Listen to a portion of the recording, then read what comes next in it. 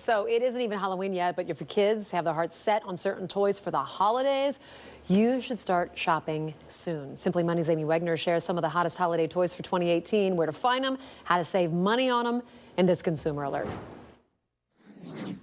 Every holiday season, certain toys break out as the hottest and hardest to find. Tonight, we've got to look at what experts predict will be the top toys this year. They're back. Fingerlings, the top toy of 2017's holiday season, are back with a larger plush model that can give kids a hug. The new Fingerlings Hugs cost about $30.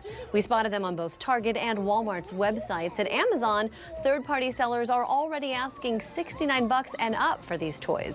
Another familiar name makes the list this year. Hatchimals are back. Hatchet babies are the big thing this year, and Target and Amazon are selling them for about $60.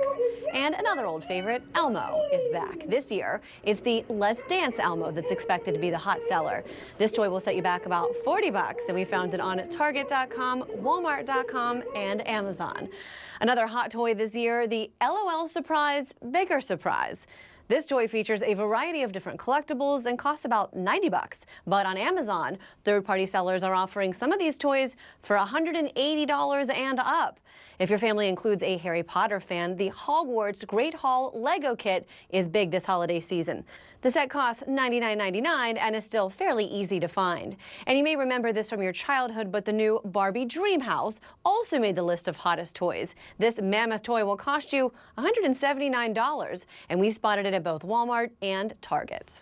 The Simply Money point: while toys typically drop in price the closer we get to Christmas, these particular toys could go up in price thanks to demand. So don't wait to buy them. Buying from a store with a price match guarantee is a good idea too. We've got a list of those retailers on the Fox 19 Now app. For Fox 19 Now and Simply Money, I'm Amy Wagner.